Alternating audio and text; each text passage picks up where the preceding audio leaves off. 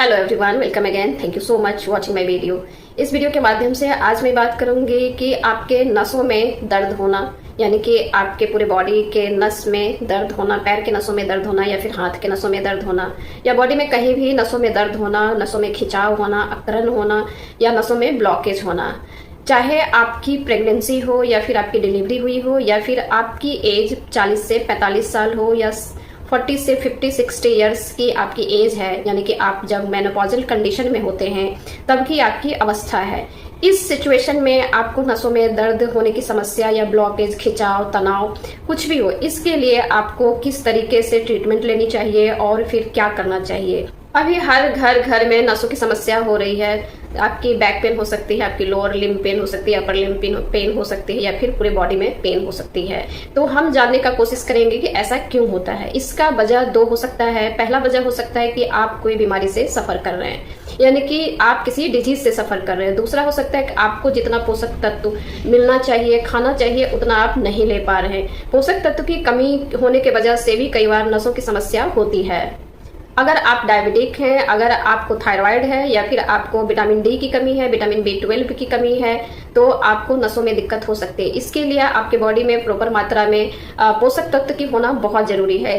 जब लगातार आपके बॉडी में विटामिन B12 और विटामिन D3 की कमी होती रहती है और आप पोषक तत्व नहीं ले पाते हैं, तो आपके बॉडी में और ही ज्यादा विटामिन डी और B12 की कमियां हो रही होती है। इस समय हो सकता है आपकी प्रेगनेंसी है तो और भी ज्यादा दिक्कत है, अगर आप मेनोपॉजल कंडीशन में है तो भी दिक्कत है, या फिर अगर आपकी डिलीवरी हुई। इन तीनों सिचुएशन में आपके लिए विटामिन B12 और D3 का होना, कैल्शियम का होना बहुत जरूरी है।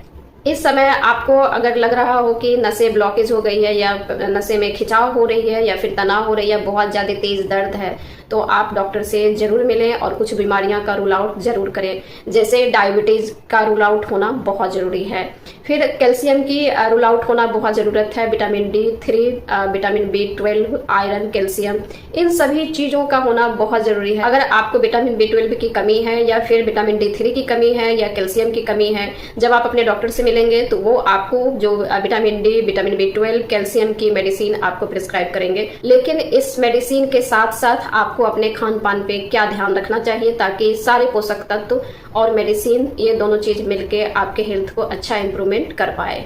कैल्शियम की कमी को दूर करने के लिए इस समय आपको दूध, दही, पनीर, बादाम, अखरोट, हरी साग सब्जियां, सोयाबीन और पत्तीदार सब्जियां, खास करके सरसों का साग आपको जरूर खाना चाहिए। अगर B12 की मात्रा कमी है और अगर आप नॉन वेजिटेरियन हैं तो आप मछली, अंडा और चिकन जरूर खाएं। इसमें B12 की मात्रा अच्छी खासी आपको मिल पाएगी।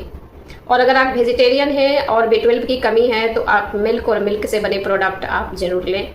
इस समय अगर आपको विटामिन D3 की कमी है तो इसकी भरपाई करने के लिए आपको मिल्क, घी और सोयाबीन और फिर नट्स वगैरह आपको जरूर खाना चाहिए। विटामिन डी का सबसे बेहतर सोर्सेज है सूर्य की किरणें, यानी कि सुबह की जो मॉर्निंग टाइम में सूर्य की किरणें होती है उसमें आपको 5 से 10 या 20 मिनट तक जरूर धूप में, हल्की हल्की वाली धूप में बैठना चाहिए।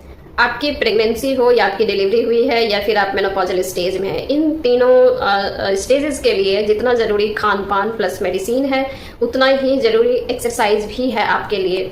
जब आपको नसों की समस्या होती है, नसों में खिंचाव, तनाव, दर्द होना या लगे कि नसों में ब्लॉकेज हो गई है, तो मेडिसिन आप जरूर लें, खान पान पे भी ध्यान दें, साथ में आपको एक्सरसाइज भी करने की बहुत जरूरत है। इसके लिए आप स्पेशली डॉक्टर से मिलें, वो जो आपके लिए कंफर्टेबल एक्सरसाइज बताएंगे बस वही एक्सरसाइज करनी है। जितनी समय के लिए बताएंगे उतनी ही देर आपको एक्सरसाइज करनी है। कभी भी आपकी जो एक्सरसाइज करने की तरीका है वो गलत नहीं होनी चाहिए और बहुत ज्यादा देर तक एक्सरसाइज नहीं करना है। थोड़ा थोड़ा एक्सरसाइज करना है, लेकिन डेली बेस पे करना है, लंबे समय के लिए करना है। इससे आपकी जो नसों की बीमारियां होती है, चाहे वो खिंचाव, तनाव या फिर लगे ब्लॉकेज है या पैर में लगे जैसे झुनझुनी हो गई है, शून्यपन हो गई है, ये सारी चीजें खत्म हो सकती है जब आप मेडिसिन, खान पान और एक्सरसाइज डेली बेस पे करेंगे। तो आप इन समस्या से, चाहे आपकी प्रेगनेंसी हो या फिर आपकी डिलीवरी हो गई हो या फिर आप मेनोपॉजल कंडीशन में हैं, यानी कि आपके 40 से लेके 60 साल के बीच का एज ग्रुप चल रहा है, तो इस समय आप इस नसों की समस्या से आसानी से छुटकारा पा सकते हैं।